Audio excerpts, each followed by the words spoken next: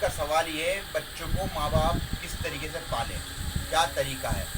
सबसे पहले बच्चों का अच्छा नाम रखें, उनको अच्छी तालीम, अच्छी तरबियत दें। तालीम तो मॉडर्न भी होती है, दीनी भी होती है।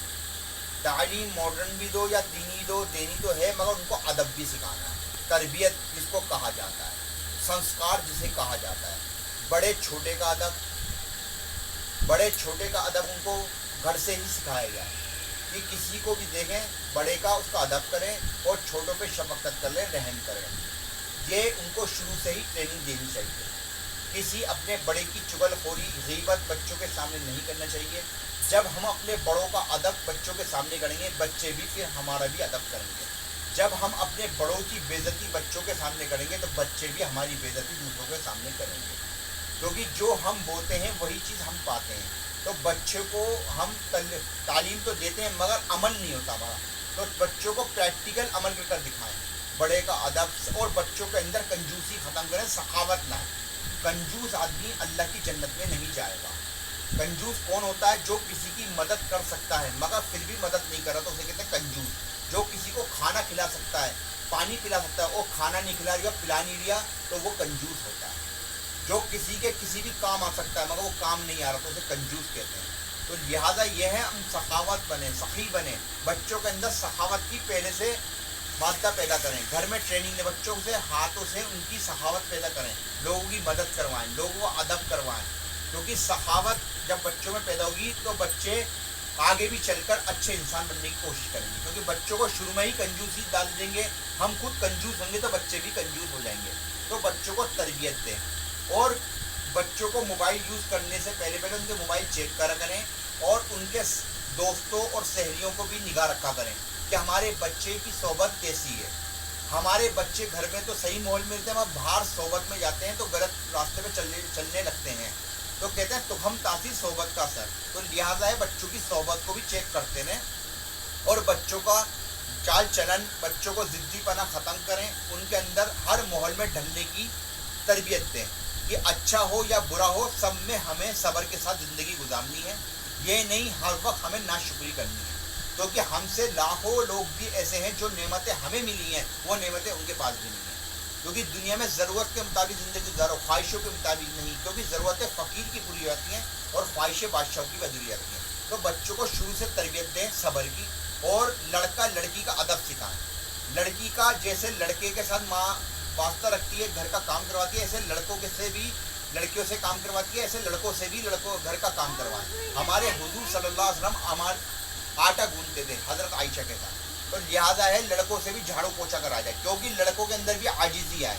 औरत को पैर की जूती समझें। लड़की और लड़का ऐसा उनका अदब रखें, जैसे हम लड़की का अदब करते हैं घर में, ऐसे अपने लड़कों को भी सिखाएं। क्या माएँ क्या करती है, लड़कों को शुरू में ही नवाब बना देती हैं। तो लड़का तो ये काम करेगा, वो शुरू से ही नवाब बनता है, तो फिर वो किसी की बहन बेटी को लाता है तो उसको भी पैर की जूती समझता है। तो लिहाजा यह है, मैं माओ से अपील करता हूँ कि अपने लड़कों को भी अदब सिखाएं और किसी की भी बहन बेटी को बेटा गंदी निगाह से नहीं देखना, नीची निगाह करके बात करनी है। लड़का हो लड़की हो, दोनों को ये ट्रेनिंग देनी चाहिए बचपन से। और बच्चों को सलाम की आदत डालनी चाहिए, छोटे बड़े जिसको भी देखो सलाम करो। और बच्चों को अदब के साथ ज़िंदगी गुजारने की तौफीक गुजारनी चाहिए। लालच की प्रवृत्ति उनके अंदर ख़त्म करनी चाहिए कि लालच नहीं, जितना अल्लाह ने दे दिया उसमें शुक्र करने की आदत डालो, ज़्यादा उम्मीदें नहीं पालो, जिससे ना मायूस होता है इंसान। जो मिल जाए अल्लाह का शुक्र है, कोशिश और मेहनत करने का जज्बा पैदा करो, लड़की के अंदर भी और लड़के के अंदर भी। लड़की के अंदर अगर मेहनत का जज्बा होगा तो ससुराल में कोई परेशानी नहीं रहेगा। नहीं तो नंद भावजों में लड़ाई होती है, सास राज भावजों में। क्यों? सिर्फ मेहनत की वजह से। अगर 2 रोटी लड़की फालतू बना लेगी सास के लिए, नंद के लिए, तो कोई नुकसान है? इसका उसको अजर तो मिलेगा दुनिया में भी और आखिरत में भी। तो लोग और लड़की और लड़के को दोनों को मेहनत का आदत डालें। अगर लड़का हराम खोर बनेगा तो परेशानी आएंगी। लड़के को शुरू से मेहनत की आदत डालें। कोई भी काम छोटा या बड़ा नहीं होता, इंसान की सोच छोटी बड़ी होती है। तो बच्चे को भी छोटे से छोटे काम करने की आदत डालें, क्योंकि वक्त और हालात में अगर हम कोई सा भी काम करने लगें तो हमें शर्म नहीं आनी चाहिए। मेहनत में कोई शर्म नहीं है, जायज़ काम में कोई शर्म नहीं है।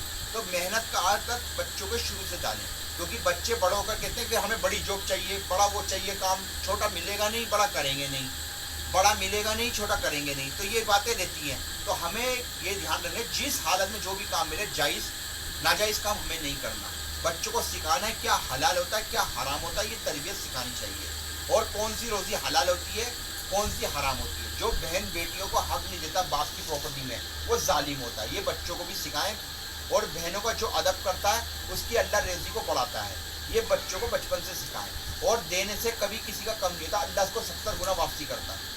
अल्लाह उसको 70 गुना वापसी करता है, क्योंकि हम किसी के साथ अगर दस्तरखान वसी रखते हैं, जिसका दस्तरखान वसी रहता है, अल्लाह उससे खुश होता है, अल्लाह राज़ी होता है। तो बच्चों को कंजूस नहीं बनाएं, सखी बनाएं, दिलदार बनाएं। ये बच्चों में तरबियत लाएं, छोटी सोच वाला नहीं बनाएं।